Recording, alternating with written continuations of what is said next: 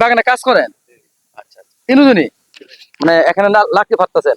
আচ্ছা, এই লাকড়ি ফাড়ে মানে বাড়িতে নিয়ে যাবেন। আচ্ছা, আপনাদের মজুরি কত? মেন মজুরি কত? মানে দিন হাজিরা 8 ঘন্টায় 187। 87। এ টাকায় কেমনে চলেন? কোন রকম মানে, তারপরেও আমরা মাস গেলে মানে কত টাকা হয় সর্বমোট আর কি, কাজের বিনিময়ে আপনারা কত পান? সব দিক মিলে আর কি কিরকম হয়? সব মিলায় মনে করেন আমরা রেশন পাই সাপ্তাহিক, মনে করেন প্রত্যেক দিন আধা কেজি রেশন পাই আর কি, সপ্তাহে 6 দিন। আচ্ছা, আপনারা হাজিরায় 8 ঘন্টা হাজিরায় কয় কেজি পাতা তুলেন?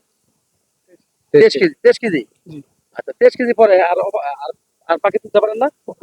কত করে 23 কেজি পরে? 23 কেজির পরে 30-40 তোলাম। আচ্ছা, ওগুলো ওগুলো মানে কেজিতে কত? 5 টাকা কেজি। 5 টাকা। তাহলে দিন হাজিরা তাহলে কত পড়ে মোটামুটি? হয়ে যায় 60-70 টাকা। না না, বেশি পড়ে যায়। 200 টাকা। 200 টাকা। তাহলে মাসিক ইনকাম কিরকম হয় সব মিলে? মানে কেন, যেমন আপনাদেরকে আটা দেয়, চিকিৎসা বাবদ, হাবি জাবি বিভিন্ন কিছু দেয় না, মানে এভরিথিং সব নিয়ে মিলে কত টাকা হয় আর কি মাসে? কত টাকা হয় মাসে? মাসে তো আমাদের মনে করেন তো হিসাব কিতাবের মধ্যে তো আমরা হইতে পারি না কত যে তাও যায়। অনুমান আছে না?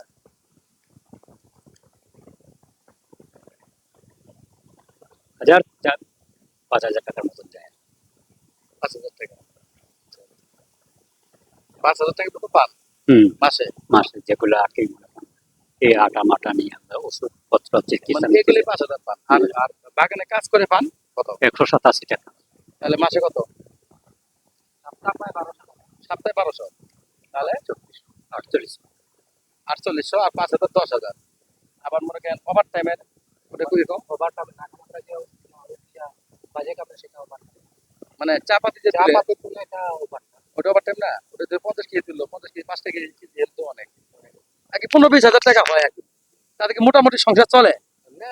মোটামুটি চলে, ঠেলাঠেলি করে। আচ্ছা, আমরা পরিবারে যদি ধরেন 4 জন আছেন বা 5 জন আছেন, তাতে চা বাগানে কয়জন কাজ করে? 2 জন। 2 জনের বেশি দেয় না? মানে কারো 1 জন, কারো 2 জন, মানে 2 জনের বেশি দেবো না, সর্বোচ্চ 2 জন। আচ্ছা, হ্যাঁ 3 জন আছে। 3 জন মানে কেমন? একবারে 3 জন কাজ থাকলে মানে যাদের লোক বেশি তাদের চলার জন্য আর কি, নাকি?